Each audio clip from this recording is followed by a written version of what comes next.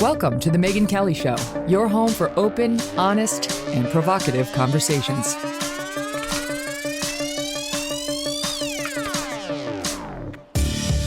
Hey everyone, I'm Megyn Kelly. Welcome to the Megyn Kelly Show. We are beginning at this hour to learn a bit more about the awful attack last night on people attending a Christmas parade in Waukesha, Wisconsin. A community tradition they have been doing every year for the past 60 years. Have you heard about this? Have you seen the video? My God. As of right now, we know that 5 people were killed, more than 40 injured after a driver plowed into a crowd. And if you see the video, you see this red truck going so fast. I mean, the folks did not stand a chance. We don't know the ages yet of those who were killed, but among the injured, at least, are children. You can see there's one video circulating online where there's a little girl, and she's clearly, she looks like 3.5, 4 at the max, and the truck just misses her. But then it plows into a whole group of marchers where they're celebrating. It's disgusting. Fox News is reporting at this hour that the driver of the truck is a 39-year-old man with a long criminal history who was out on bond, that he's being questioned by police. Right now, the early reports, first they said it might be terrorism. They haven't ruled it out. Now it seems like they're leaning toward this is not a terrorist act. This guy might have been fleeing some sort of knife violence he may have been involved in some way earlier. So we're trying to figure out more, and we will keep you updated on any new developments as they happen over the next 2 hours. And while you may have taken a break from the news over the weekend, the left-wing media did not. They were in overdrive reacting to Friday's acquittal of Kyle Rittenhouse. And to those of you who experienced that with us, thank you so much for being there with us while it happened. It was pretty extraordinary after our in-depth coverage of it all week to have it unfold live on the air while we were at the mic. And, the YouTube response has been great, and we appreciate you guys sort of trusting us with those moments. But there were the usual media attacks on the jury and the system and the country this past weekend, that Kyle Rittenhouse is a white, privileged, he's the poor kid of a single mom, but okay, he's got white skin. So I guess that just makes him privileged in our society. That's, you know that line. Vigilante, domestic terrorist, nationalist, led off by a judicial system built on white supremacy. The jurors are now racists. The judges are racist. Kyle Rittenhouse is you're a racist. I'm a racist. Everyone's a racist. But the media managed to sink to new lows as well, claiming now that anyone who goes out and protests in support of Black Lives Matter is going to be hunted down and killed. There's no one better to react to this insanity than Jason Whitlock. He's here with me today. Very happy about that. Also, Jesse Singal will be here later on the media coverage of the trial and the case. Plus, President Biden admitted that he did not watch 1 second of the trial, but felt very convinced and comfortable saying he was angry over it. He watched nothing, but he's very angry and concerned over the verdict. Well, thank you for your totally uninformed opinion. And when asked if he stood by equating Kyle Rittenhouse with white supremacists, the president deflected and suddenly didn't feel it was appropriate to answer the question. Wow. Where was that sense of reticence, of reluctance to comment on these public matters a year and a half ago while he was running for office? I'm also going to be joined today by Senator Tom Cotton. Really looking forward to that. We've been trying to get him on for a while. We'll ask him about Joe Biden's statements now. He has said publicly he believes the president needs to apologize to Kyle Rittenhouse. How likely is that? We're going to talk to him as well about his new call for a total boycott of the U.S. Winter Olympics in Beijing. And by the way, some Chinese media are responding to this senator in no uncertain terms. We'll see what he thinks. We'll talk about it. But first, I want to get to Jason Whitlock. He's host of Fearless with Jason Whitlock on BlazeTV. Jason, a pleasure to have you here. Thank you as always. I mean, the media, it wasn't unexpected that they were going to lose their minds after completely misrepresenting this case from the start. For a year, since August 2020 when it happened, they've been telling us that this white kid, Kyle Rittenhouse, who shot 3 white people, is a white supremacist because he was trying to keep the peace and help others at a Black Lives riot. We knew it was going to be a riot. We knew it wasn't going to be a protest. As late as night, they were burning things and so on. They make it sound like it was one of these lovely, we're just going to hold up our little placards. There was none of that. There was rioting and burning and arson and looting. Okay. So I want to tee it up with a budded soundbite of how the media sounded over the weekend for those of you who were living your lives and had the good sense not to listen. Here you go. This jury sent the final and loudest warning to white America about the dangerous rise of white nationalist terror in this country.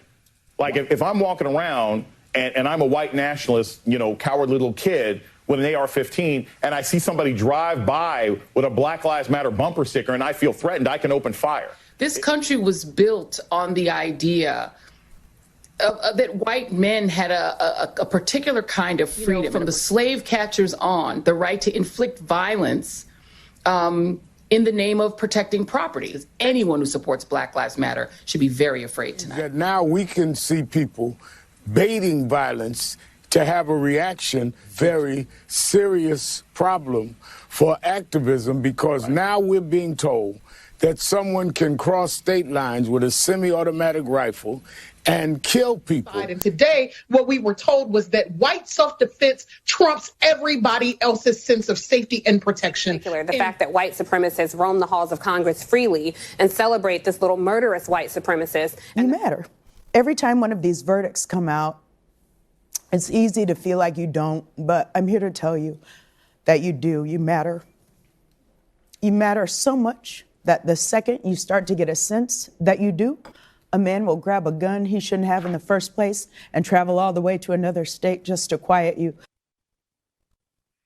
Oh, boy. Your thoughts on it, Jason? That's great acting. They should all win Oscars or Emmys or whatever. Megyn, the only thing, it would be easy to laugh them off, but they're executing a very clever strategy. And it's why they all have the same talking points and why we've heard so much about, he crossed state lines. He crossed state lines with an AR-15. He didn't cross state lines with a gun. He lived 1 mile from the border of Wisconsin. He had family in Kenosha, Wisconsin. He had a job in Kenosha, Wisconsin. He was there the night before. But they all have the same talking points because it's an orchestrated strategy to cast everything in this racial camouflage so that they can actually execute their real agenda, and that is to demonize and to paint the American narrative arc as one that has focused on racial injustice from start to finish. And it's an argument they're trying to make to justify a rewriting of the Constitution, a dismantling of Western civilization, a dismantling of Judeo-Christian values that used to define this country. It's a tactic. It's not an accident. It's talking points that have been distributed to all of the useful idiots of corporate media and all the people in collusion with China and big tech, with all the billionaires that want to move America to make it more like communist-run China. And so I, as stupid as it sounds and as stupid as they sound, and as tempting as it is to laugh them off, they're executing a strategy that's working right now. They have us all talking about the lies that they propagate, and we can never have a discussion about the truth. And, the truth is that America's narrative arc actually bends towards justice, and that this country, through the Declaration of Independence, the Constitution, the Bill of Rights, was embedded with certain Judeo-Christian values that set up a conflict between good versus evil, and good was winning for about 200 years. But here in the last 50, 60 years, evil is winning. And they're corrupting American values so that they can argue we need a new constitution and that we were founded on racism and nothing has ever changed and this country doesn't work. Even though people from around the world are beating down doors, Black people included, beating down doors to get in this country, they got a successful propaganda campaign going on that none of that's true and this is the worst place on earth. Mm-hmm. It's so crazy when you hear the misinformation and also this type of talk. MSNBC's Jason Johnson was the one who kicked off that butted soundbite saying Kyle Rittenhouse was about to kill those two guys with no consequences because they were race traitors, the two white guys who got killed.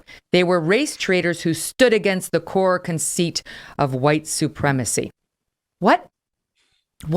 No, I love it. Even Nicole Hannah-Jones, she tweeted out, in this country, this is after the verdict, You can even kill white people and get away with it if those white people are fighting for black lives.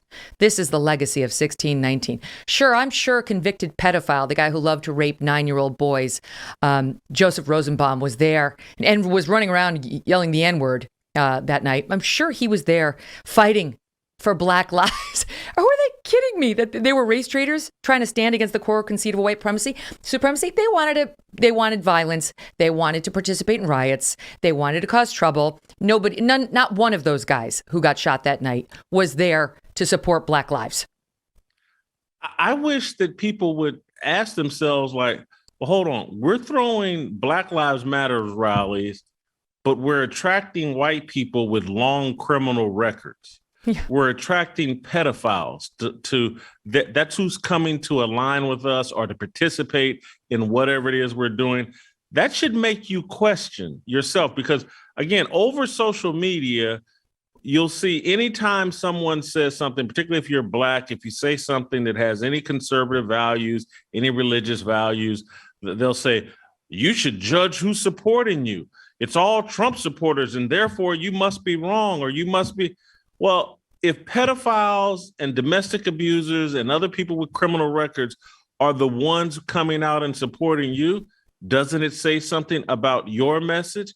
If every time there's a Black Lives Matter rally, there's a high percentage, half the time, there's looting, there's arson, there's violence, there's mayhem, doesn't that say something about you and your organization? Because Dr. King and that generation from the 1950s and 60s had all kinds of protests, and faced incredible racial hostility.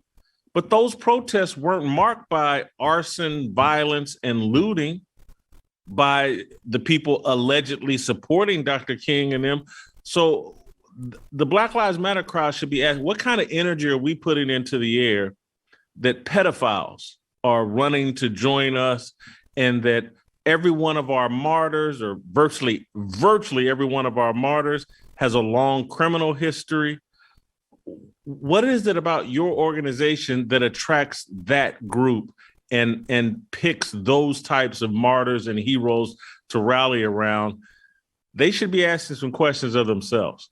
There was some crazy talk. The Cuomo brothers both felt the need to weigh in. Andrew Cuomo, disgraced, deposed, forced to resign New York governor, said today's verdict is a stain on the soul of America, sends a dangerous message about who and what values our justice system was designed to protect. You mean the very same justice system that's coming after you criminally now? I guess you don't like it. I understand. His brother Chris on CNN says it's hard to believe that somebody chasing you is going to beat you to death. Really? What about when they put their hand on the barrel of your AR-15 while yelling F you after having just told you that they were going to kill you? Is it hard then? Is it hard to believe when they chase you and then they beat you with their skateboard in your head? How about the third guy who chased him and then pulled out a Glock on Kyle Rittenhouse? It's really not so hard to believe somebody might beat you to death or hurt you. But here's president of the NAACP. I mean, this is crazy talk. He tweets out, or said actually, I think it was on MSNBC, that this was worse than the Emmett Till trial, that the Kyle Rittenhouse trial was worse than the Emmett Till trial, the trial of white men in Mississippi who tortured poor 14-year-old Emmett Till for daring to speak to a white store owner and then was killed and put in the river. And he's the young man whose mom insisted on having an open casket funeral so America could see what had happened to her son. This was worse than that. They will say anything in pursuit of political power. And that's all this is. It's a tool, it's a strategy to gain political traction and to seize political power. There's nothing Derek Johnson isn't willing to say in pursuit of political power. To analogize Kyle Rittenhouse in this verdict that involved four white men got into a conflict. Kyle Rittenhouse was white. The three men he shot were white. This really doesn't have anything to do with Black people. I know it was an alleged protest around Black Lives Matter. This was four white people in conflict.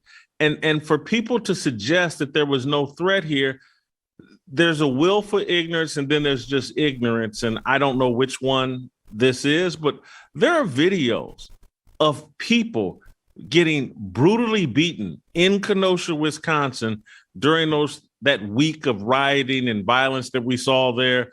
Citizens that try to protect their property, their business, try to protect themselves, surrounded by swarms and gangs. And if Kyle Rittenhouse didn't have a gun and wasn't willing to use it, if they had knocked him to the ground and he was unable to defend himself, there was going to be a swarm of people beating and brutalizing him, because that's what we saw happening in Kenosha during this time.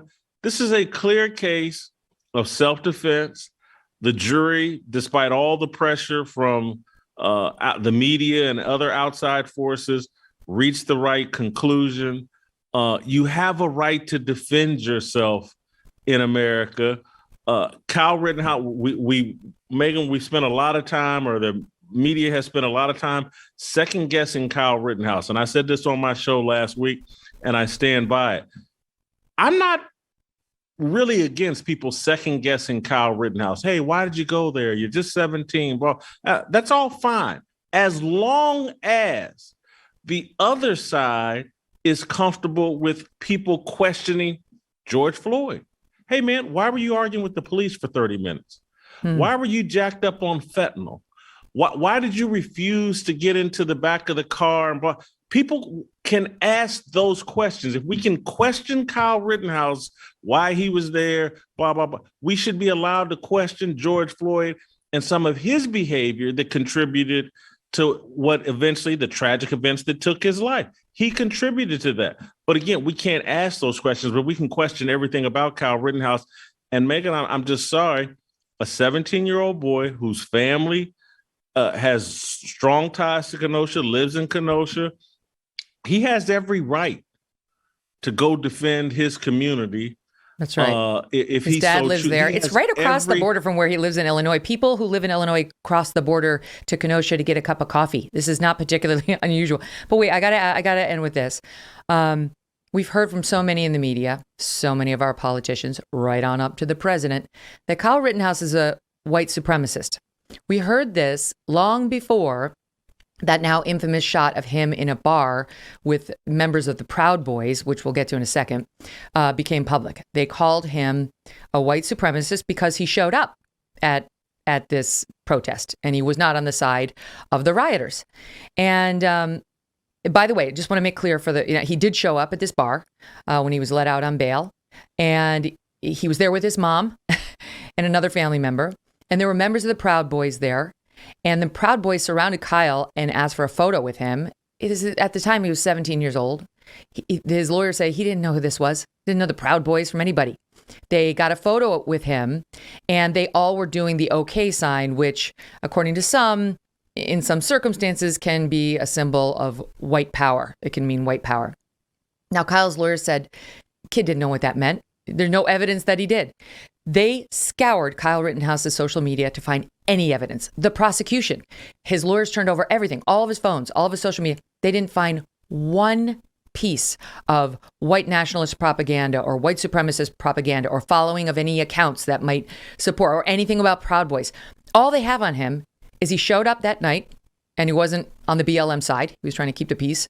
And secondly, he walked into that bar, got surrounded by a bunch of guys who made the hand symbol, and then he did it too, which for all of human history has been known as the OK sign, but now has been co-opted by some. That's it. All right. So finally, he has the chance to speak, and Tucker's going to have him on tonight for his first interview at 8 p.m. on Fox. And here's a promotional clip in which not only does the alleged white supremacist not sound like a white supremacist, he says he's a BLM supporter. Listen. I tell everybody there what happened. I said I had to do it. I was just attacked. I was dizzy. I was vomiting. I couldn't breathe. This case has nothing to do with race. It never had anything to do with race. It had to do with the right to self-defense. Right. I'm not a racist person. I support the BLM movement. I support peacefully demonstrating. And I believe there needs to be change. I believe there's a lot of prosecutorial misconduct, not just in my case, but in other cases. And it's just amazing to see how much a prosecutor can take advantage of somebody. How do you like that, Jason? I will say he and his handlers are clever. I'm not sure if he authentically supports the BLM movement, but I think it's a very smart thing to say. I think the kid wants his life back, and he has given and sacrificed enough. And so he's saying all the right things to hopefully get his life back and be able to move on with the rest of his life. Hats off to him. Yeah.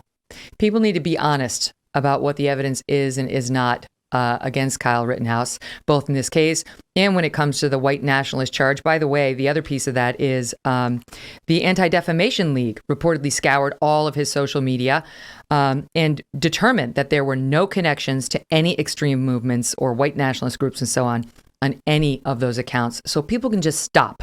They can just stop it. Jason, always a pleasure. Thank you so much. Jason Whitlock, everybody. Coming up, Senator Tom Cotton on Rittenhouse, on China, and on what the FBI is doing to parents, and James O'Keefe. Don't miss that.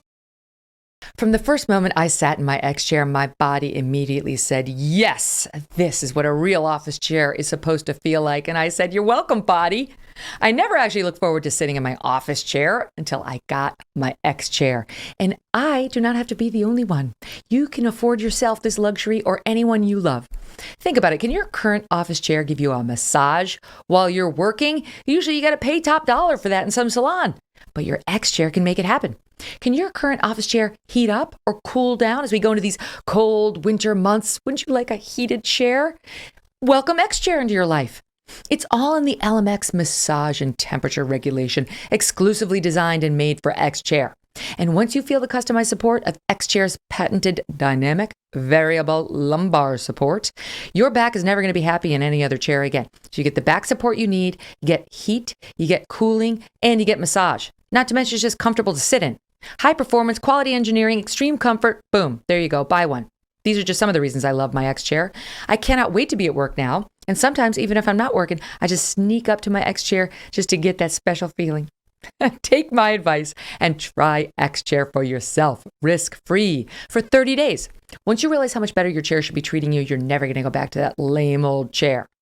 Go to xchairmk.com now. That's the letter X, chairmk.com, or you can just call 844-4XChair for $100 off your order. X-Chair's got a 30-day guarantee of complete comfort. Okay, so there's no risk. There's no risk. And you can finance your purchase for as little as $30 a month. It's not going to get any better than this. xchairmk.com. Welcome back to the Megyn Kelly Show. I'm joined now by Senator Tom Cotton, Republican from Arkansas. And Senator, it's great to have you here. Really looking forward to our conversation. Thanks for having me on, Megyn. Good to be with you. All right, so let's kick it off with Rittenhouse and Joe Biden. I know you've said Joe Biden owes Kyle Rittenhouse an apology because he did smear him as a white supremacist early on in this case, and there's simply no evidence of it. I mean, truly, I've now disclosed to the audience the entirety of the evidence. He showed up at that riot that night trying to keep the peace and help anybody who got hurt. And then when he was out on bail, he went to a bar with his mom, which you're allowed to do in Wisconsin, even if you're 18. And he got surrounded by a bunch of guys from the Proud Boys who wanted a picture with him. And then they all made the OK symbol. That is literally it. There was absolutely no evidence Kyle knew who those guys were, what the Proud Boys are, what that OK symbol has come to mean in some circles. But for the rest of America, it still means OK. That's it. Okay. So based on that, he gets called a white supremacist. I mean, over and over. If you're on the left, you've probably called him that.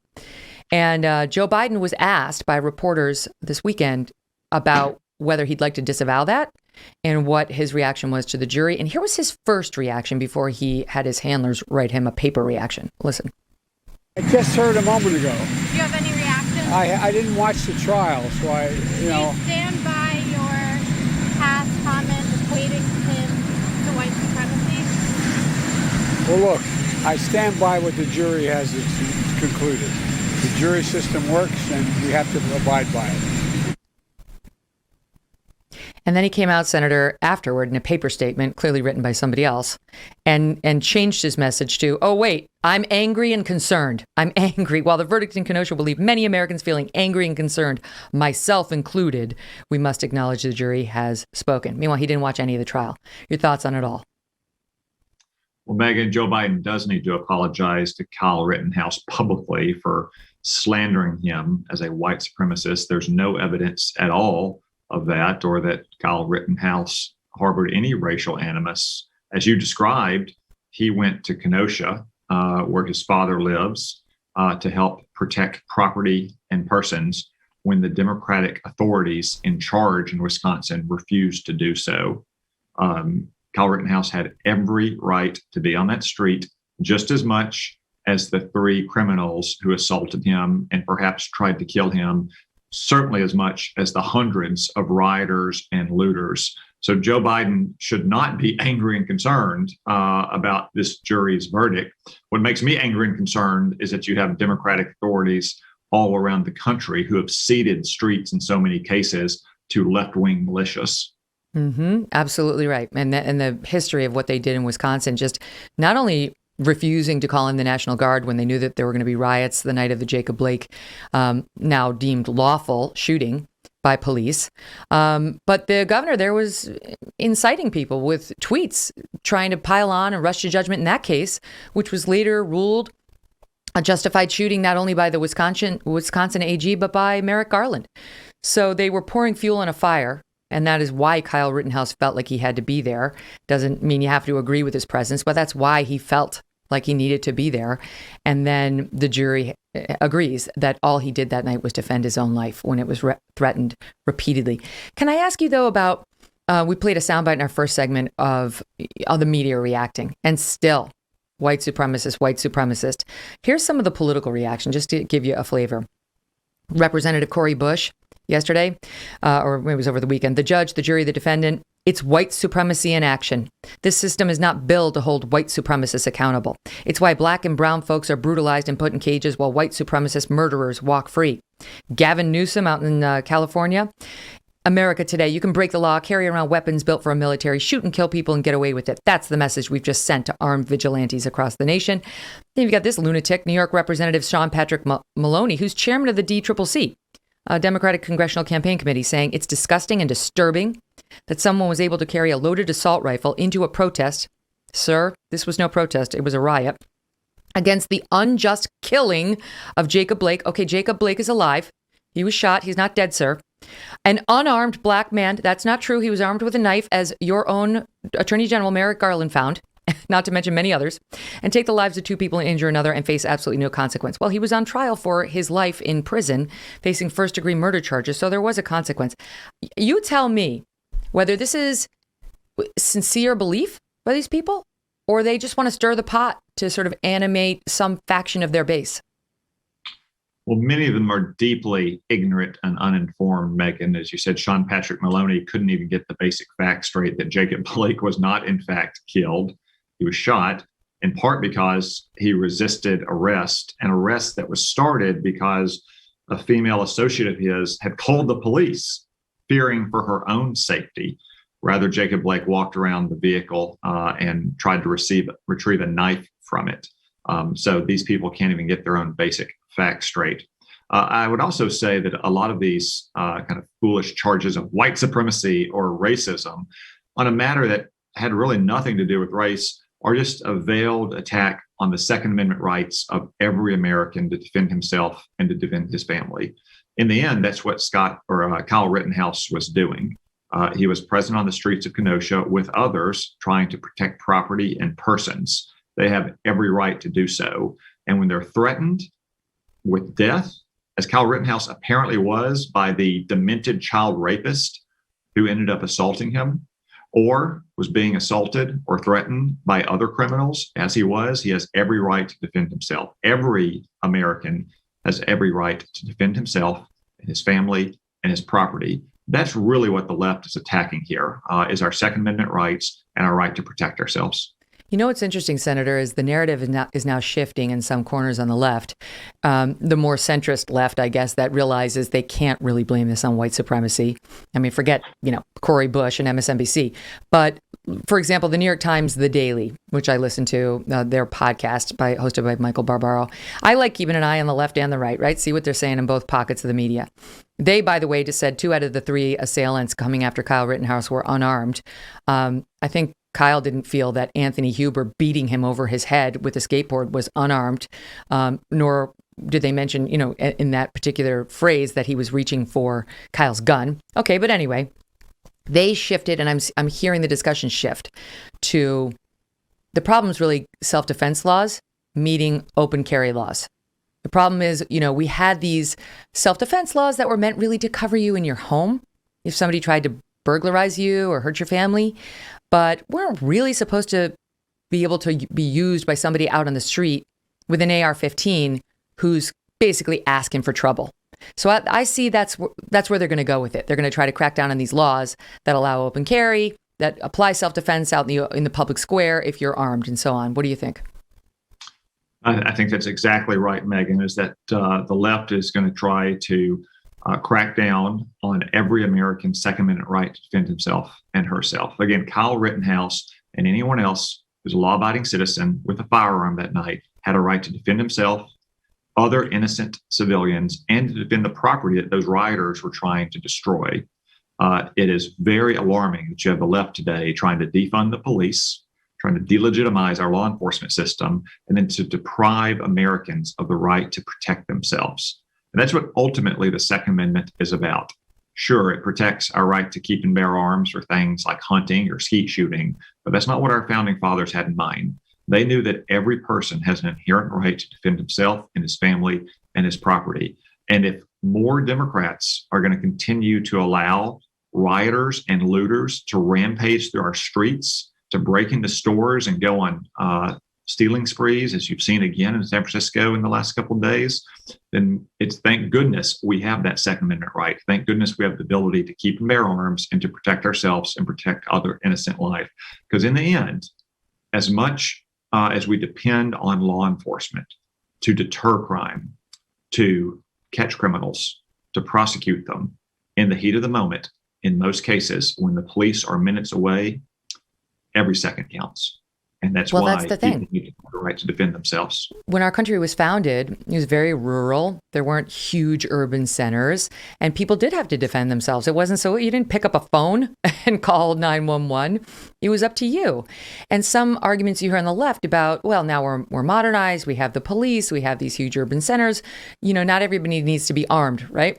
It's like, well, why don't you try talking to people who live down in rural Arkansas or Texas or along the southern border where you've got illegal immigrants coming across armed, connected with cartels, looking to hurt anybody who gets in their way. Tell them they don't need a gun, okay?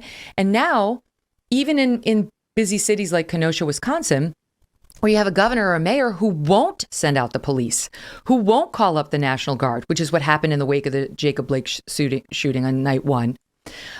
You're going to see that same lawlessness and people left to their own devices. Like, you raise a very good point. Unless the Dems enforce the law, including against rioters and looters, people are going to be left with no choice. Yeah, and if someone like Kyle Rittenhouse or other concerned citizens had been at riots in New York City or Chicago or Washington, D.C., cities and states with draconian and, in my opinion, unconstitutional gun laws, what we probably would have seen is a murder trial of the death of the person who was defending innocent lives and property, because they wouldn't have been able to carry a firearm. But thank goodness the state of Wisconsin, like so many other states, to include mine, recognizes that every American has the right to keep and bear arms, to include carrying them outside the house, to defend themselves. Because when seconds count, the police are minutes away. And for the record, Kyle Rittenhouse is not on camera running around just randomly shooting people. This whole nonsense of him being an active shooter. He had the opportunity to do that many, many times, and he didn't. And in fact, was yelling friendly, friendly, friendly when he was being chased by Joseph Rosenbaum, and the guy didn't listen. The crazed child molester did not listen. Who knew? Let's just talk for a minute before we move on about just how pernicious this is, Senator, because I know it's like, kind of make fun of the political left and these, sort of race baiters who are constantly pulling, that trick. Oh, everyone's a racist, a white supremacist. John Cass, who we love, Chicago, he used to work for the Chicago Tribune. Now he's an independent media. Brilliant. I highly recommend everybody read his article.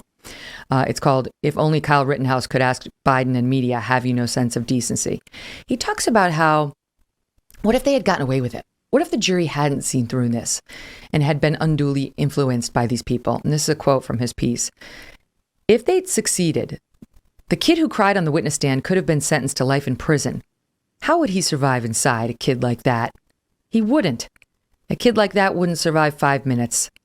The media that twisted and shaped the facts to suit a political narrative and politicians who benefited from narrative support would have moved on with their lives.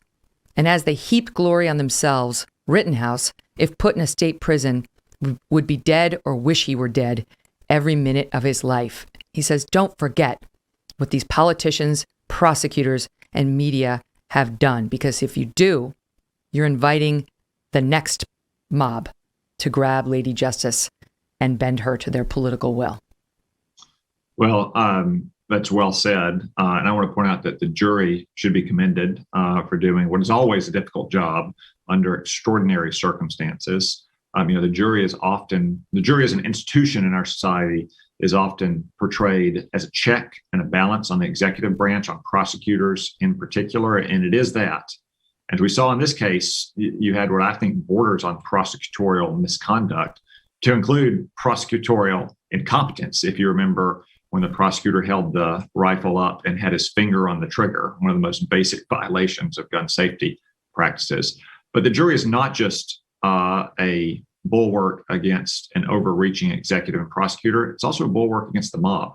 The jury stands between the accused in our society and the mob. And in too many places and too many times across human history, that is not the case, and mob justice prevails. But thank goodness we live in a country in which each of us, if accused of a crime, can be judged by a jury of our peers, not by the mob.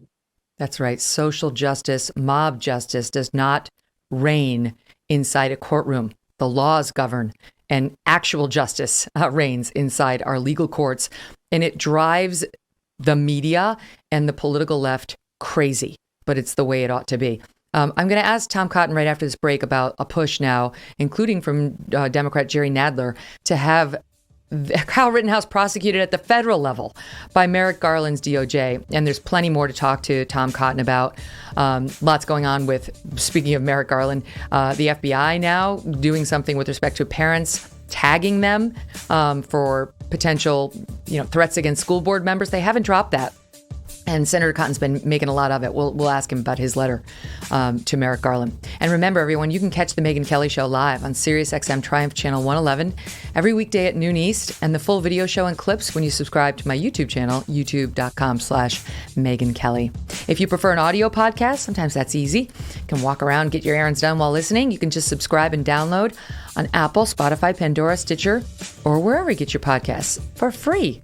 There you'll find our full archives with more than 200 shows, including our show from Friday when we were live on the air as the Rittenhouse verdict came in.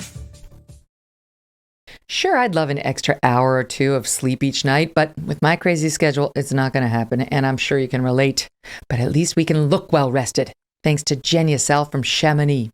I've been raving about Genucel from Chamonix because I love it, and it happens to be the company that utilizes plant stem cell therapy that specifically targets eye puffiness and bags.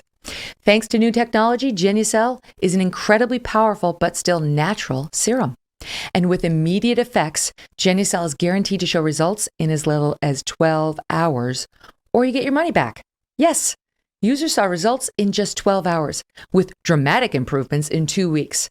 A true Chamonix classic, Genucel contains 8 extra ingredients to significantly reduce the appearance of bags and puffiness. Plus, Genucel uses patented plant stem cell technology to improve the longevity and the brilliance of their long-term results. From now until Thanksgiving, you can see the difference yourself with 60% off Genucel's most popular package. 60! Just go to lovegenucel.com/MK60.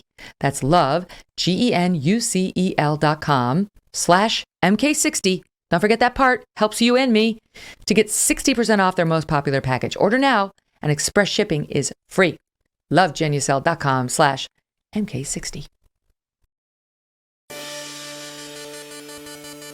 Senator Jerry Nadler, who is the head of the Judiciary Committee over in the House, is saying we need a Department of Justice review of this case and this verdict, suggesting possible civil rights have been violated, that possible hate crimes could be charged, and that now Merrick Garland needs to take the reins here because Kyle Rittenhouse cannot be left alone. Your thoughts? Well, that's insane. The last thing we need, too, is Merrick Garland and Joe Biden's Department of Justice take charge of this, given how politicized and competent they've proven in so many other cases, whether it's cracking down on parents who go to school board meetings or raiding James O'Keefe and Project Veritas' offices and homes. We don't need them second guessing what a jury of normal Americans decided about Kyle Rittenhouse. As to the specific charges themselves, Megyn, as you pointed out earlier, all three of the persons who were assaulting Kyle Rittenhouse and whom he shot are white. So it's not clear to me what a white shooter and three white people who were assaulting him could possibly provide the grounds for a federal civil rights charge. If anyone is going to be engaged in further legal action here, I would think it would be Kyle Rittenhouse against all of the media companies that slandered him. And for that matter, Joe Biden, who was a private citizen last year when he used his megaphone to accuse Kyle Rittenhouse falsely and without evidence of being a white supremacist. That'd be more likely to be the legal action you see, not some specious lawsuit from Merrick Garland. That's a very good point. And Kyle Rittenhouse may yet do that.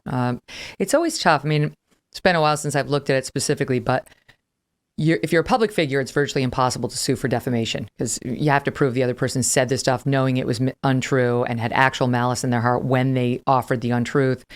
So that's why you never see public figures sue, almost never, for defamation. But you can become a limited public figure. You can become a public figure for sort of limited purposes when you find yourself at the center of a national news story.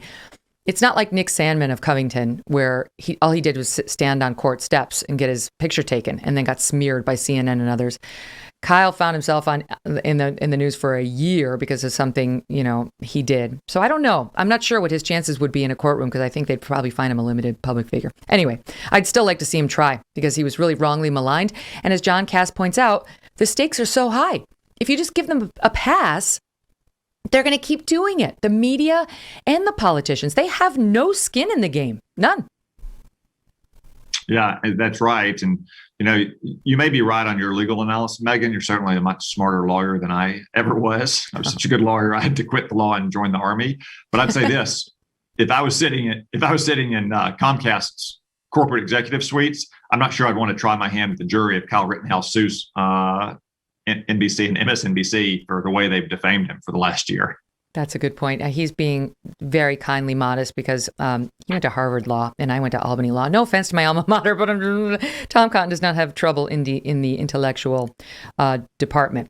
Okay, let's talk about Merrick Garland for a second because now there's a report by the Wall Street Journal that they are now issuing what are called threat tags, directed by the head of FBI's criminal division and the head of FBI's counterterrorism division, that they are now flagging all assessments and investigations into potential criminal threats, harassment, and intimidation of educators with a, quote, threat tag. This is, again, back to Merrick Garland's enthusiastic embrace of the National School Board's push to treat parents as criminals, possibly domestic terrorists. And Garland told both bodies of Congress that he wasn't going to do that he was only going to go after violence and threats of violence. Andy McCarthy, who I trust, says the threat tag is basically just an organization system for the FBI to organize parents into the FBI guy in California doesn't know what is happening with the FBI guy in Virginia. So they all have a massive file if they just tag us all with these threat tags, if they're trying to find all the parents who have been bad. So it doesn't make me feel any better. And to me, it's just proof that they are going forward with this. As Merrick Garland said, it is real. It wasn't just an appeasement of the national school boards or of Joe Biden in a momentary lapse. They really want to come after parents who get out of line at these school board meetings. Yeah, Megan, I think they're dancing to the tune of the School Board Association's radical leftists, who its own board has repudiated now by rescinding the letter that kicked all this off. But I also think they were acting in concert with the teachers' unions, people like Randy Weingarten, who shut down our schools for more than a year and are forcing toddlers to wear masks when they go back to preschool or pre-K or kindergarten. I mean, Merrick Garland has proven to be totally out of his depth as the attorney general. Maybe he was a good judge when he could sit up in an ivory tower and read and write about the law with 5 employees who worshiped the ground he walked on. But to be in charge of our Department of Justice, 150,000 employees on sensitive matters like investigating parents who go to school boards to complain that their schools are closed and their kids have to use remote learning, or complain that their kids have to wear masks in classes, or they're being indoctrinated to hate America, he's far beyond his skill sets to succeed in that job. So what he's doing, I'm afraid, is deferring to the radical leftists that they've installed in the Department of Justice that do want to crack down on parents who are merely going to school boards to complain about what they see as misguided policies. This is just one example of the politicization of the Department of Justice. That's why I've said Merrick Garland should resign in disgrace. Mm-hmm. It's crazy. I mean, I heard you saying to him, thank God you're not in the Supreme Court. Remember that when Barack Obama couldn't get him a confirmation hearing because Mitch McConnell stopped it. And it was like, well, you know, the Republicans could do worse with a Democratic appointed nominee to the Supreme Court than Merrick Garland. He seems pretty moderate. Yeah, like even some Republicans seem to like the guy. Now that you actually see him in office, you tell me, but he seems much further left than I thought he ever was.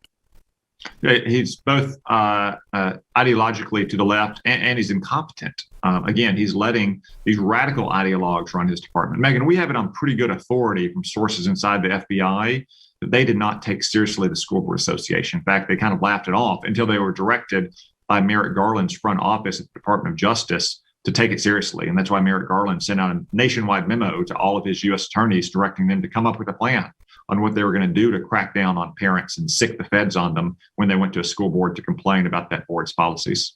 Well, and he had a couple of reasons to do that, right? His boss, Joe Biden, wanted it done. We've seen that because he coordinated with the School Board Association on the letter. Joe did, Biden did, before it ever got to Merrick Garland. And 2, Merrick Garland is conflicted on this. His son-in-law makes tens of millions of dollars, his organization does, off of pushing CRT materials in these schools, which is in large part what the parents are yelling about at these school board meetings. It'd be much better for his family if they went away. And he wouldn't even answer whether he had sought an ethics opinion on that, even though his own ethical rules required that of him.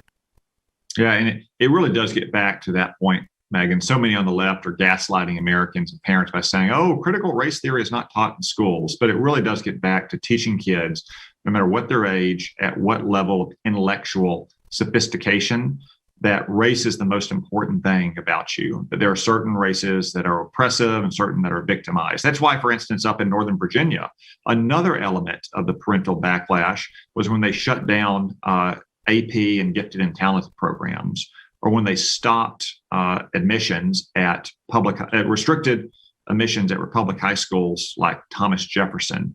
They did those things, again, because they were unhappy that there were so many Asian Americans in those classes and not enough Black kids. It all gets back to the left's obsession with race and trying to indoctrinate kids as young as pre-K to see the world through the eyes of race. That's why Ibram X. Kendi, one of the charlatans who promotes critical race theory, has a children's book. That's crazy. Who would ever subject their child to that? I mean, he had one of the tweets out in the wake of the Rittenhouse verdict. It reads as follows: they're fighting to maintain white male supremacy, which is to say they are defending law and order, defending their America, where white men can rule and brutalize without consequence. You mean like Derek Chauvin? Because I think he was a white man who faced some serious consequences for his acts with respect to George Floyd. But this is how they see America, guys like Kendi.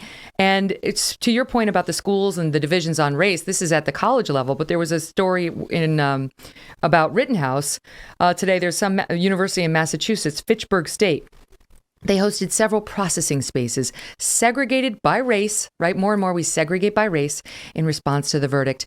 The Diversity and Equity and Inclusion Group announced it, saying we're creating space for our community to process the not guilty verdict. In the case where Kyle Rittenhouse, an Illinois native, okay, not relevant, he was just across the border from where his dad lived, by the way, shot and killed 2 people who were protesting. Okay, they were rioting. They weren't protesting anything. The wrongful death of Jacob Blake. Okay, again, he's alive, people. He is alive. These people, they don't know anything that they're talking about. But yeah, segregation by race is the answer. That'll solve our racist problems.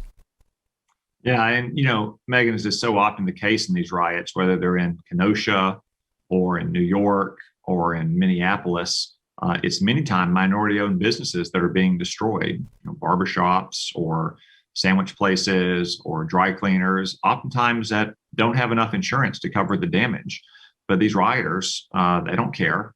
They just are going out to rampage because they want to condemn all of America as systemically racist. I mean, that's what critical race theory does. And in fact, I would say that people like Ibram X. Kendi sound like secessionists like Jeff Davis, or sound like John Calhoun or Roger Taney in the Dred Scott decision.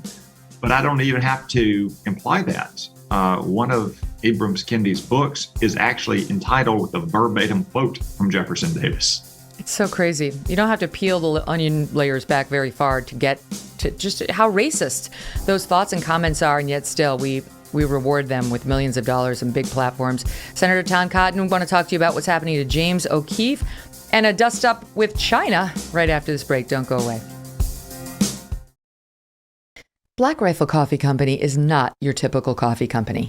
Black Rifle Coffee develops their amazing roast profiles with the same mission focus they learned as military members serving this great country. And they are committed to supporting veterans, law enforcement, and first responders. With every purchase you make, they give back so you can taste delicious coffee and feel good about yourself. Black Rifle imports high-quality coffee beans from Colombia and Brazil, and they roast 5 days a week at their facilities right here in the good U.S. of A.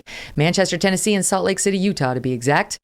They donated over 150,000 pounds of coffee to soldiers deployed overseas, to law enforcement officers, to wildland firefighters on the West Coast, and to medical workers during the COVID-19 response, just in 2020 alone. For every coffee purchase you make throughout the month of November, Black Rifle Coffee is going to send a bag of their limited edition holiday roast to a service member currently deployed overseas to be delivered by Christmas morning. Being founded and operated by veterans, the team at BRCC knows what a quality cup of coffee means to active duty troops spending the holidays away from home. Plus, coffee makes everything more tolerable, doesn't it? You want to support the cause? Go to blackriflecoffee.com/MK today and check out the freshest coffee in America. The team has spent thousands of hours tasting, sourcing, and perfecting coffee from all over the world. blackriflecoffee.com/MK will get you 20% off coffee, apparel, and gear, as well as 20% off your very first month of the Coffee Club. I want to start with James O'Keefe and what Merrick Garland's DOJ is doing to him. He's the guy behind Project Veritas, which is it's a journalistic outfit, but it agitates mostly left-leaning entities like CNN or certain politicians, the Biden administration, or big tech. And then suddenly we see James O'Keefe's associates, 2 of his employees, had their homes raided by the FBI looking for Ashley Biden's diary. What appears to have happened is a year ago, while he was still a candidate, she appears to have left her diary behind in a hotel room and somebody found it. And then they were sort of peddling it to people, journalistic outfits. O'Keefe was one of those people who was on the receiving end of the offer. He didn't publish it. He couldn't verify it. He actually wound up turning it over to law enforcement a year later. Right after he publishes a couple of negative reports about the Biden administration, about big tech and the vaccines, he's got whistleblowers. They raid the homes of his 2 associates, and then he goes out and complains about it. And then they raid his home. And you are stepping, this is outrageous. If you're a journalist or support journalism at all, for a president and his DOJ to be doing this to a journalist is outrageous. And your point in writing a letter to the DOJ about this was what? Well, Megyn, I wanted to highlight this incident, which you just laid out well. There's still some things we don't know, but everything about it smells rotten. And it seems almost designed to deter anyone daring to think about sharing or publishing any information that's critical of the Democrats and certainly critical of Joe Biden and his family. The Garland Justice Department has insisted they follow their own regulations, but they just filed a document in court on Friday that also disputed that Project Veritas can be considered a journalistic organization. Wow. So I don't know how to square those. I don't know how to square that circle. But I think this is a case of pretty clear Department of Justice overreach against a political critic of the president's. As you said, they used no-knock warrants to raid some of these homes. It is so early in the morning when there's no risk of destruction of evidence. I mean, when you've already conducted raids in the days beforehand, obviously, if someone had destroyed evidence, they would have had more than enough time to do so. When James O'Keefe's lawyers asked the Department of Justice not to pilfer through his phones and devices, they refused, forcing him and his lawyers to go to court. And the court promptly ordered them to stop doing that if they were doing it, and referred it to a special master. So everything about this case suggests the Department of Justice has violated its own regulations, has targeted political critics of the president who are a journalistic organization, even if you don't like the nature of journalism, and has used what you might call the process as the punishment here. So anyone who is involved in this, I think, has a lot of explaining to do. And if they don't want to explain it right now, then I would just I'd tell them to be mindful that when Republicans are in charge of the Congress again in 14 months, they're going to explain it then. Yeah, right. Because has he responded to you? I know you sent a letter to the DOJ saying, here you sent it on the 15th. You said, I want a response by the 19th, which was Friday. Did you get one? No, they haven't. But the lack of a response is in a way its own response. Or that document they filed on Friday is its own response, in which they claim they followed their regulations when they are investigating journalistic organizations. But then they said that Project Veritas is not a journalistic organization. Imagine, Megyn, the outcry if the Department of Justice had done something like this to the New York Times or to CNN. It would be nonstop, wall-to-wall coverage. And that's in this administration. Just imagine if the Department of Justice had done this in the last administration to those organizations like the New York Times that are often viewed as nothing but a conveyor belt for people inside the Department of Justice or elsewhere in the government to leak information, which brings me to another troubling part of this case. How did the New York Times know about these raids almost immediately? It's pretty clear the Department of Justice has been leaking sensitive, confidential, or attorney-client information to the New York Times, again, in an effort to intimidate and embarrass the president's critics. It's so crazy. I mean, Joe Biden was not even president when this diary went missing, however it went missing. And the allegation from whoever got their hands on it was trying to shop it around was that there was explosive material that would be very damaging to Joe Biden in the diary. My team has found the information. It is available on the internet. We won't repeat it here because it's not verified. But if it were true, it would be explosive. And but he wasn't even the president. And you point out in your letter that the Department of Justice doesn't even have jurisdiction over such a thing, such a small alleged crime, the theft of a diary. By the way, the journalist is never on the hook unless the journalist does the stealing him or herself. We publish stuff all the time as journalists that we get from somebody who did the stealing. That's Pentagon Papers. A lot of stuff. President Trump's tax returns. You're not supposed to have it, but you get the pass if you're in the press. So O'Keefe shouldn't be on the hook for that, even if he had published it, which he didn't. But you asked the question of how do you even arguably have jurisdiction over a diary? Because there are thresholds below which we won't let our feds get involved. Well, yeah, let's assume the very worst about what James O'Keefe and Project Veritas might have done. Assume for the sake of argument, Megyn, as they say in court, and I have no reason to assume this about Project Veritas or James O'Keefe, but let's assume that they did in fact steal that diary. Okay, why is that a federal case? What possible federal law was violated by stealing a diary, for goodness sake? It's not like you robbed a bank. It's not like you're trafficking young girls across state lines. What federal law could possibly have been implicated?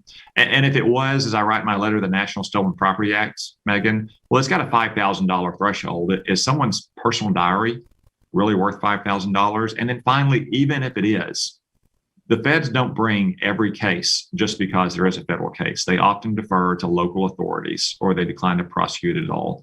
So apparently, if you're the daughter of a presidential candidate, you can have the Department of Justice sicked on your dad's political critics because your diary wound up in someone else's hands. Wow. And if you're the son-in-law of the sitting attorney general, you might be able to sick him on parents objecting to your critical race theory agenda in schools, and then he won't even answer any questions about it. See how it works?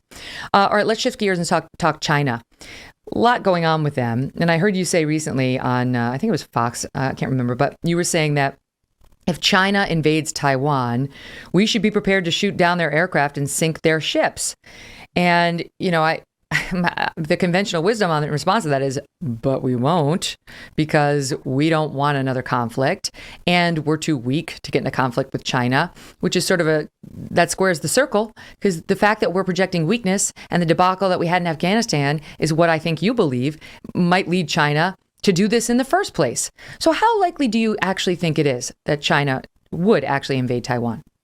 Well, Xi Jinping has made it clear that he views this as part of his personal legacy to solve what they view as a 75-year-old wound before he might leave office in 2027. I think it could be much earlier than that, Megyn. I think it could be next year after the Olympics with a party Congress in which Xi will presumably be anointed with his third term in office. And I think by being unwilling to say explicitly that we'll come to Taiwan's defense, and if necessary, we will sink Chinese ships, we will shoot their aircraft down, and we will target the missile fields on mainland China they're using to attack Taiwan. We simply make that attack, that invasion, more likely. The most effectual way to preserve the peace, as George Washington said, is to be prepared for war and for your adversaries to know that you are prepared for war. We send exactly the opposite signals, both with our policy decisions these days and by not explicitly condemning. But something weird is happening right now with China. They kind of have to be a little good until the Beijing Olympics, right? Because they don't want to see an international boycott of those Olympics. And I know that that's something that you're now calling for, not just a diplomatic boycott, which the administration has said it might consider, where it won't send its officials, but the athletes can still go. You want a full boycott, just given their human rights abuses, I gather, and the 1 to 2 million Uyghurs in concentration camps and effectively being tortured. And now we get news of this star tennis player. Her name is Peng Shuai, who was formerly ranked number one on women's doubles, I think it was. And she's gone. She came out and suggested that she had been the victim of a sexual assault by a top-ranking official in China. And then they apparently disappeared her. She was kind of gone. She posted online that she didn't consent at first. She was crying the entire time. That this one former member, again, of the Communist Party over there, that his wife was guarding the door while he sexually assaulted her. She says, "I'm still going to speak the truth about us." Within minutes, the post was taken down. She disappeared. Search engines in China are scrubbed of her. Even text mentions of her are flagged by state surveillance. Her social media account disappeared. And it's only when finally the White House spoke out and said something like, "We're concerned," that then they put out some video of her over the weekend. It was very sketchy. And the Women's Tennis Association here in America has been much better than our NBA in calling out China, saying, this is crazy. We need real proof that she's okay and not just basically a hostage doing hostage videos for you now. What do you make of it? Yeah, well, Megyn, first off, I do want to commend the organized tennis for standing up to the Chinese Communist Party, unlike LeBron James and the panda huggers at the NBA. On the broader question of the Olympics boycott, I called last week for a complete and total boycott of the games to include our athletes, their coaches, their staff. Calling for a diplomatic boycott is basically just standing by the status quo. It's extremely unlikely that any official delegations will be traveling to Beijing given their coronavirus lockdowns. I first began to raise alarms about this question last summer when I began to study more carefully about the risks our own athletes might face. That's the first and primary reason to call for the boycott. I sent the Biden administration a letter. They wrote me back in restricted channels, even though there's nothing classified in that letter. They're just embarrassed that they have no answer to protect our athletes from ubiquitous electronic surveillance, or from DNA harvesting to advance the Chinese Communist Party's advanced biotechnology programs, or simple hostage taking, as China showed itself more than willing to do to get back a senior Huawei executive earlier this year. The administration has no plan to protect our own athletes and coaches and staff. That's why we should lead the civilized world in boycotting the games. A second reason, as you point out, Megyn, is that this is a government that is today, not in the past, not allegedly, but today, engaged in genocide against religious and ethnic minorities in its country. That's not my opinion. That is the Biden State Department's opinion. They are systematically, for instance, imprisoning minorities in gulags. They are systematically sterilizing or raping ethnic women as a form of ethnic cleansing. We should not give any legitimacy to the Chinese Communist Party. This is the Winter Games. It's not the Summer Games. It is more than possible right now to rebid these games to another country. I mean, there's probably half a dozen countries in Europe right now that have the ski slopes and the ice rinks and the other facilities that are needed to conduct these games in a civilized nation. That's right. And meanwhile, we'll see. It doesn't seem like they're prepared to do that, Joe Biden administration. I want to tell you that the Chinese media has responded to your call for a complete boycott. The editor-in-chief of the Global Times, which is the CCP's newspaper, said on Twitter that he called you political rubbish. You are, quote, political rubbish, attacked you for, quote, lies, and said that you lack the least self-awareness. Would you care to respond?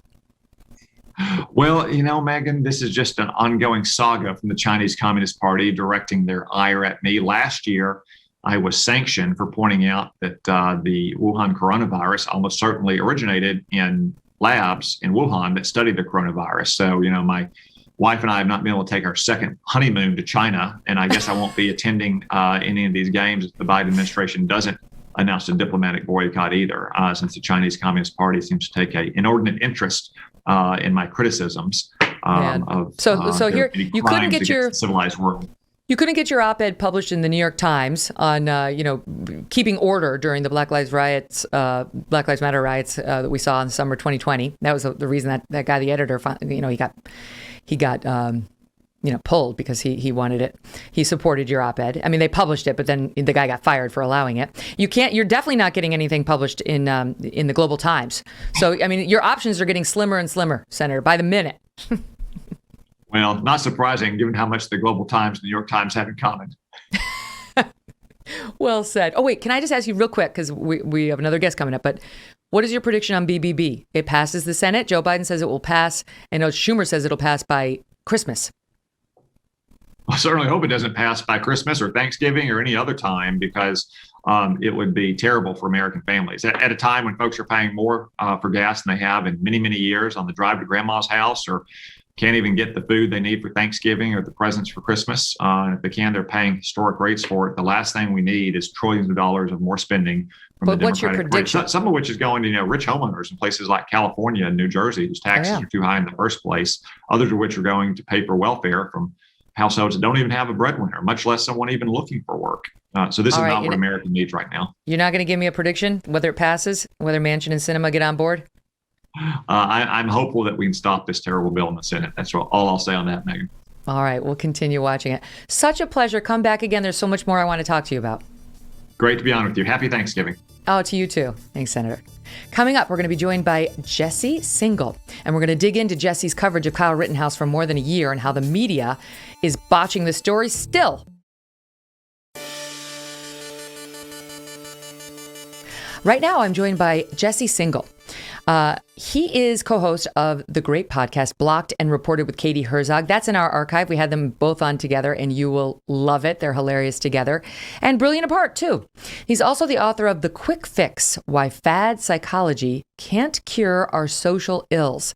And Jesse's been tracking the media coverage of Kyle Rittenhouse since right after the shooting last year. So, Jesse, have they learned their lesson? Now the jury of 12 people have come out and said, not guilty on all charges. Did the media get the message, wise up, and start owning the many lies that it has been telling us for the past year and a half? Unfortunately, I've seen a lot of doubling down so far. And, I don't want to overstate this because I do think along the way there was some good journalism, by outlets like the Times and the Washington Post and the New Yorker. But especially when it comes to more opinion-oriented pundits, it really does seem like they're doubling and tripling down on the idea that Kyle Rittenhouse was a dangerous white supremacist vigilante who was just seeking to cause trouble. And there's just very little evidence to support that account. Mm-hmm. Yeah, the Times, I agree, they did better than cable news, but that's really not tough to do. I mean, that is thinnest kid at fat camp. The Times early on criticized Kyle Rittenhouse for, quote, lionizing the police. Social media showed strong support for officers. So what is that? Why is that relevant? New York Magazine, terrible, said Trump's leap to defend Rittenhouse is pathological, or it's a deadly message that he wants to send to future would-be racial justice protesters. In other words, suggesting Trump wants anybody who shows up at a Black Lives Matter innocent protest with no violence to know that they could get shot with impunity. I mean, utter nonsense. We could go on. Daily Beast printed out, teen vigilante kills unarmed Kenosha protester who threw a plastic bag at him. Oh, you mean the convicted pedophile who was telling him, I'm going to kill you if I get you alone, and then was grabbing for his gun and saying F you while he did? Like Scarborough said that he unloaded 60 rounds on people. Total lie. Connecticut Senator Chris Murphy came out. I wonder why a deranged white nationalist Trump supporter, deranged white nationalist, would show up to a protest with a rifle and start shooting people. And we can go on. So there are so many examples of it, Jesse. And now that, to me, you tell me, but I feel like they can't let it go because it's too important to them. The narrative that we are a white supremacist nation, that Kyle, just because he has white skin, despite his socioeconomically disadvantaged status, is privileged and has to be held up there and protected by said white nationalist system. Yeah, I think the sort of tribalistic psychology here is really weird. I mean, a lot of the folks who, in my view, did the worst and most dishonest takes on Kyle Rittenhouse, I agree with them on most political stuff. I mean, I really am. You're not a Republican. No, I'm on the left, and I was disgusted by Trump. And I mean, I could go down the list. It's sort of pathetic. I have to recite my, showing that I'm on the right side. The point is, there's this tribal pull where you need to show you're one of the good ones by trying to one up the last guy about how much you hate Kyle Rittenhouse. And I think that's really that's not how good journalism and good punditry work. You need to look at the facts, at what actually occurred. You can't speculate or try to mind read someone. That's exactly right. And it's dangerous. They're playing a very dangerous game. This isn't like, oh, we're going to get you fired or we're going to get you to lose your status as an influencer, right? This is a young man's life. Just hold your judgment. Let the legal process play out. There will be somebody trying to put Kyle in jail for the rest of his life, and he will have a defender, and both sides will be represented. And there's no reason to try for a year to poison the jury pool against him. Well, I mean, the reason is you get attention and you get retweets and you get page views for writing inflammatory stuff. And there's a lot less of an appetite for sort of good in-depth journalism. So when I mentioned the Times, there was a New York Times Magazine article that really attempted to carefully explain what happened that night. And, I was a staffer at New York Magazine. I had access to the page view data.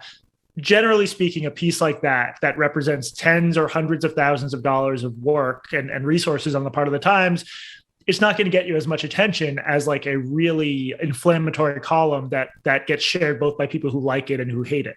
Mm-hmm. That's very true. And of course, the deliciousness early on of trying to tie it all to Trump was too much to resist. And I don't believe Trump should have commented on this case, just like I don't believe Barack Obama should have commented on Zimmerman, Trayvon Martin, and I don't think Biden should have weighed in on this case either, right? I just think, especially when you're the president or running to be, you have a special obligation to stay the hell out of it because you have a lot of influence, and it's unfair to the person who's on trial. At best, it's unfair. At worst, you're poisoning the trial in a way that could screw up the whole result. Let me ask you about, hold on a second, because we have the budded soundbite, and this, I think, comes from Matt Taibbi, on the sort of some of the narratives that have come out. The one that we hear over and over is, horror of horror, he crossed state lines, Jesse. Kyle Rittenhouse crossed state lines. And then usually you hear with an illegal gun, which turned out not to be true. But here's something Matt Taibbi put together that kind of gets to the heart of it. Listen. Driving across state borders. He's driving across state lines. Across the state line, across state lines. Across state lines. Across state lines. If you look at the Rittenhouse case, he crossed state lines. Drives up to events. Across state lines. Came across state lines. Kyle Rittenhouse, who traveled across state lines. From out of state, out of his own state. Came across state borders. Whenever you have a situation where a 17-year-old is crossing state lines, White teenager. He crosses a state line, drives 30 minutes into Kenosha. Remember, he came across the line. He crossed state lines. Cross state lines. Across state lines. He crossed state lines. Kyle Rittenhouse, who crossed state lines. It's so great. What's with the obsession? I mean, and it's not just sort of not picking the worst pundits. The ACLU put out a statement mentioning this, even the ACLU. We've known for a long time this is completely irrelevant to the case for a couple of reasons. One is under Wisconsin law, at worst, his possession of the rifle was a misdemeanor. It turns out it's not even that for technical reasons I think you've discussed on a previous episode. He also didn't cross state lines with it. His friend's stepdad bought it for him and gave it to him in Kenosha.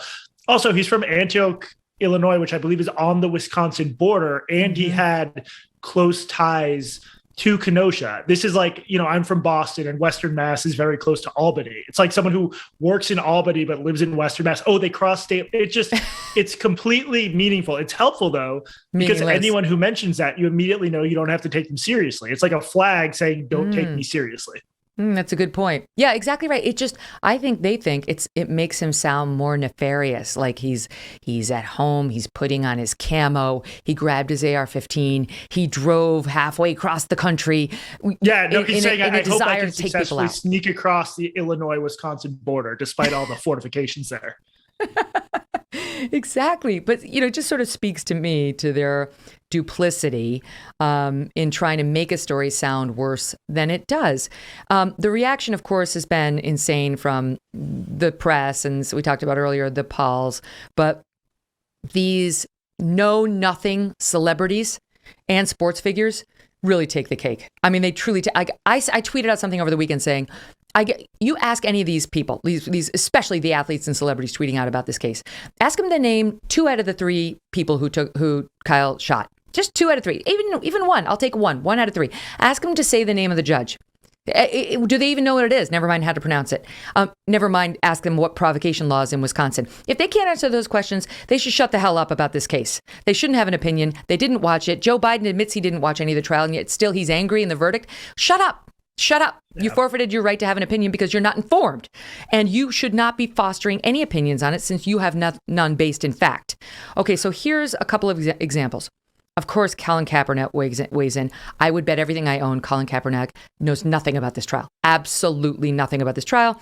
He talks about how what we just witnessed was a system built on white supremacy, validating the terrorist acts of a white supremacist. This only further validates the need to abolish our current system. White supremacy cannot be reformed. But this brings me to my favorite tweet. This is the winner, Jesse. This is the winner. And trust me, I looked through a lot. Mark Ruffalo. Okay, you ready? We come together to mourn the lives lost to the same racist system that devalues Black lives and devalued the lives of Anthony and JoJo. JoJo, Joseph Rosenbaum is JoJo, right? Yes. Anthony Huber and JoJo. So our convicted child molester who faced 11 counts of child rape for raping boys as young as 9, who was fresh out of the mental institution, not on his meds and so on. He's now Mark Ruffalo's little JoJo, and he finishes it up with, quote, "There is no doubt that people who face this young man were more afraid of him than he was of them." What the hell does he know about anything?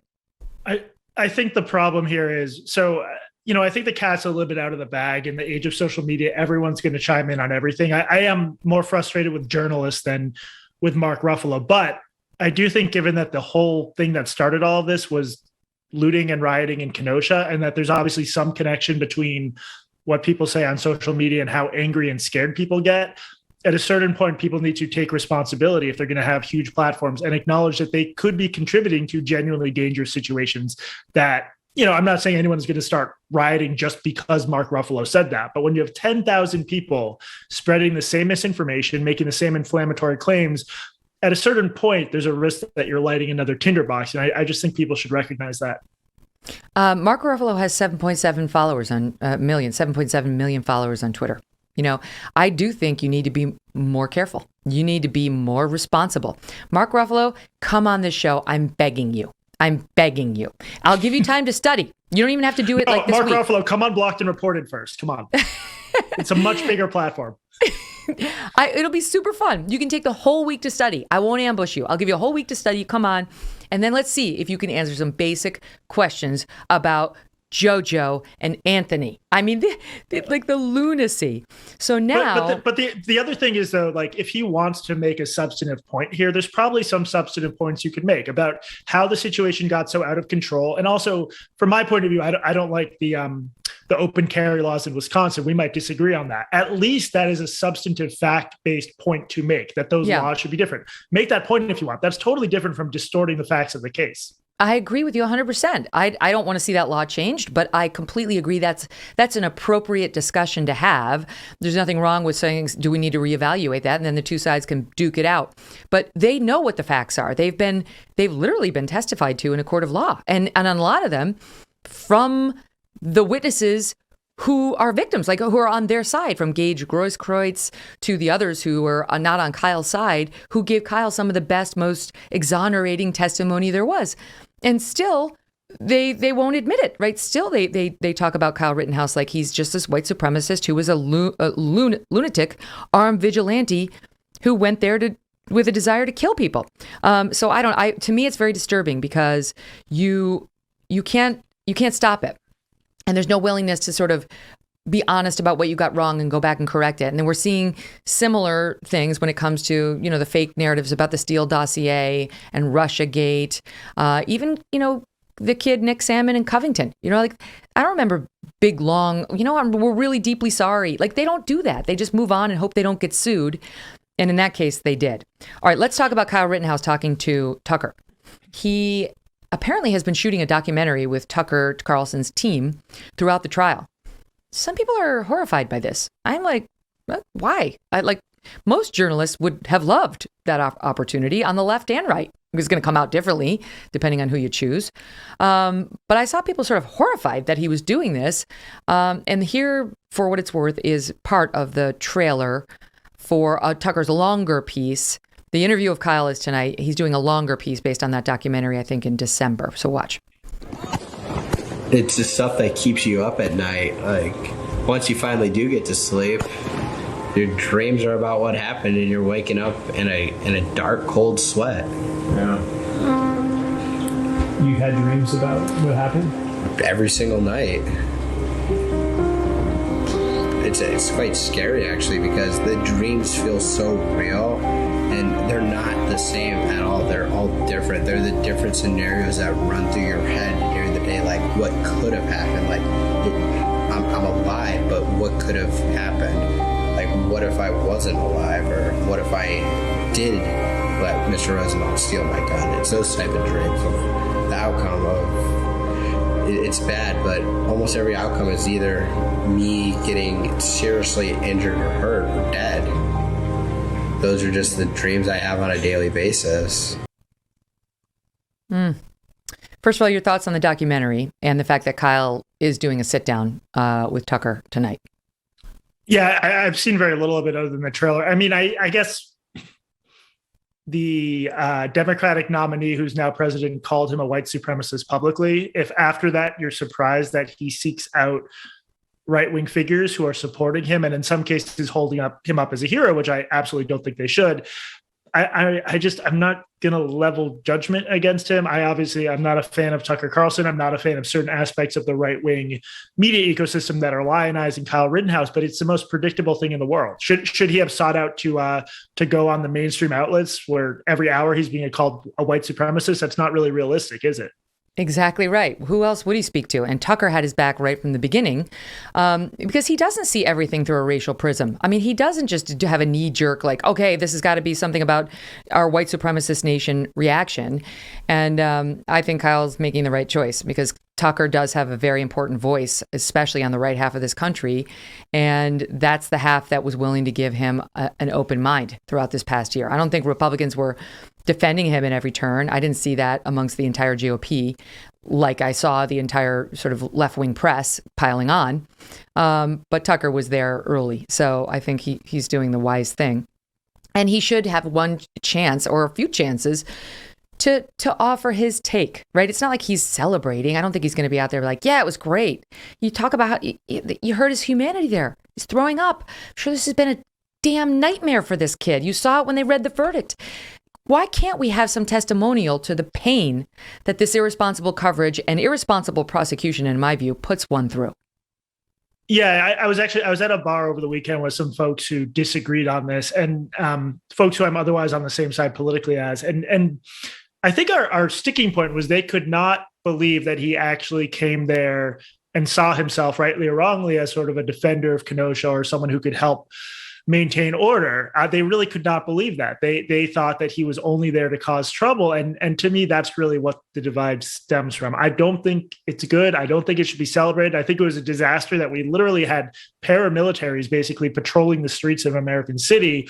But if there was evidence that he had gone there seeking to antagonize protesters or kill someone, I would highlight that. There is none. And I just think that's the real divide right now among some on the left, because there's a lot of disagreement on my side about this kid.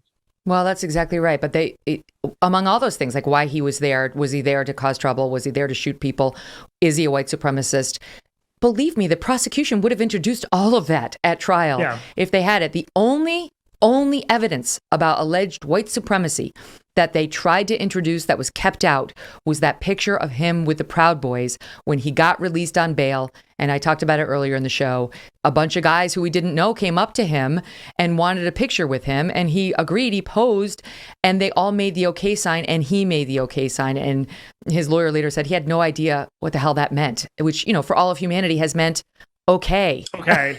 Well, to think that he's flashing a white supremacist sign there, you have to believe that for years he successfully hid his white supremacist allegiances, and then when he was on trial for his life, just explicitly made that.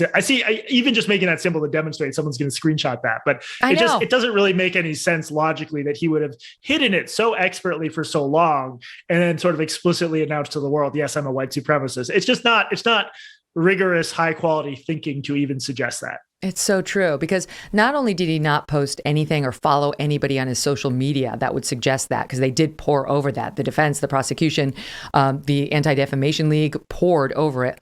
But he voluntarily turned over his phone to investigators, gave them the password, have at it. There would be records on there. That's private. That's not like social media. If you've got some, your texts, they'll show it.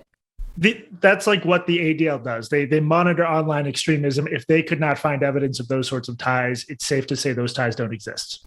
And that's what the prosecution wanted. I mean, forget the ADL. The prosecutor, Binger, would have loved, especially once he got stopped from introducing that photo with the Proud Boys, to find anything. If he could have introduced white supremacist, it's a BLM, it should have been protest, was riot. It would have been great. But no, it wasn't there. So, we have to deal in fact. But the truth is, even if they had proven it, even if Kyle had some terrible white supremacist ideology, it wouldn't have changed the outcome of his case, in my view, because it really did come down to not is Kyle Rittenhouse a good or bad person, but was he justified in his belief that he was facing great bodily harm or death at the hands of the 3 men he shot? Yeah. Although, to be fair, you should say the same thing about Rosenbaum, who has an incredibly messed up figure who, like you said, was a convicted pedophile, but it's the same deal. No matter how bad his past was, if in the moment Rittenhouse had just shot him, it still would have been a crime. But there's way too much attention been paid to everything else but the actual moments in question. And there, I think the law is clear.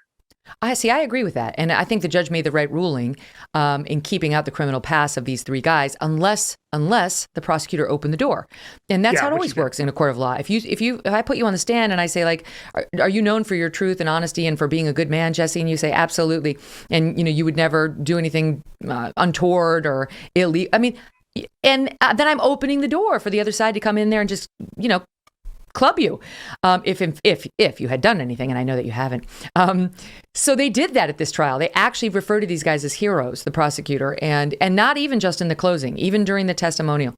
And it didn't come out. So anyway, a lot of the public is still under the misimpression that these were Boy Scouts just there to attend a peaceful protest for BLM.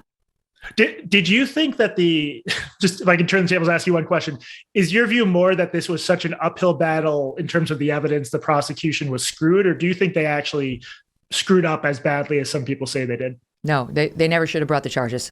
Once they saw those videotapes, they should have said, members of the public, we know you don't want to hear this, but he was practicing self-defense. He was attacked by all 3 men. And if you don't like it, you're going to have to deal with it in your own conscience and your own God. But this is not a case for us. This is not a criminal case. That's what should have happened. That's why I'm angry that Binger even brought it. And I don't excuse the media for misreporting on it or these pundits for sort of running with it in a way that's very dishonest. But Binger's sort of the original sinner because he shouldn't have filed the case. And I think too many people put too much stock in our prosecutors and our criminal justice system. But he was under a lot of pressure.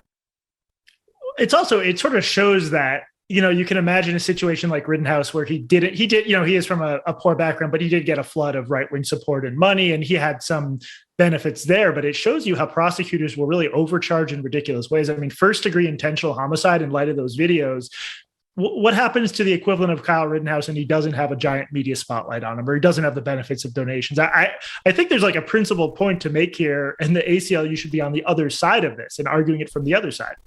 Well, that's the ultimate irony, right? Kyle Rittenhouse talking in that clip from Tucker about how, prosecutorial overreach. What if he really is a BLM supporter? What if he really is? What if he goes full social justice after this and says the system's stacked against defense? Yeah. It could happen, right? I mean, it really could happen. That would be funny. That would be a good outcome. I think the opposite is more likely. And he's been embraced by the right, which, I'd rather show him the light side, but it's not going to happen given his treatment at our hands. Yeah, that's right. The numerous misstatements, it wasn't just the cross state lines with an illegal weapon.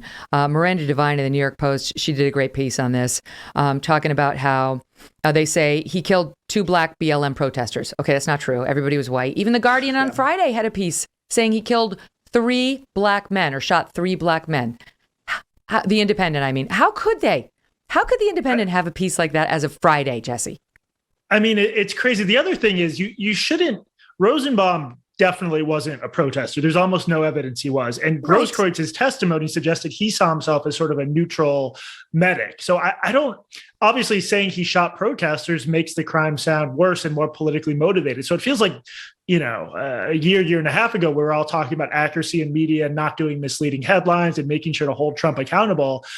People's resistance just to accurate, clear journalism is really disturbing to me, because I'm with them that, you should call Trump out for his lies, but you should also describe a politically freighted case like this accurately. And 2 of the people he shot do not appear to have been protesters at all. And by the way, that guy, Gage Grosskreutz, who got shot in the arm, who said he was there to be an EMT, also admitted on the stand that he was carrying a gun. That was illegal. He didn't have a proper license for it, that he carries it everywhere. He's very pro Second Amendment. And that he did not have any EMT supplies or bag on him that night, right? So in his history, his criminal history is long and hardcore anti-cop. So I don't know what he was doing there that night, but I have questions about whether it was to be an EMT.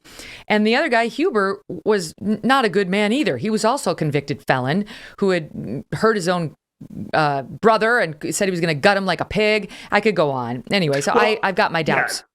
Yeah, no, I mean, I think Grosskreutz did testify he had medical supplies with him. But again, I would just point to... he denied that he had an EMT bag. Oh, they had a bag. Okay. Yeah. I do think it might be that both of them thought they were trying to take down an active shooter. But the point is, the only thing that matters is what Rittenhouse saw and what happened to him. And it was pretty slam dunk self-defense. Yeah, that's right. And it is sort of a function of our self-defense law that you can have Kyle believing that his life is in danger and ready to shoot, and even Gage Grosskreutz believing his life is in danger and that he must shoot, or defense of others, that, Kyle's about to shoot others and he has to take him down. The law sort of puts us in a conflicting situation sometimes where 2 people can both believe rightly, right, with reason, that they're about to get shot to death and fire, but there's no real alternative to that, right? Conflicts happen, and they can happen with weapons or without weapons. And the law rightly makes one thing paramount, and that is the state of mind of the person pulling the trigger. We can't start putting people in jail because in good faith they just made a mistake. That's not who we want spending the rest of their lives in jail. Anyway, okay, Jesse, you've done a great job of speaking truth to power and calling out the left-wing media for its lies, and we, as always, are grateful. Thanks for being here. Thanks for having me, Megyn. Listen, thanks everybody for watching. Go to youtube.com/Megyn Kelly. We'll see you tomorrow.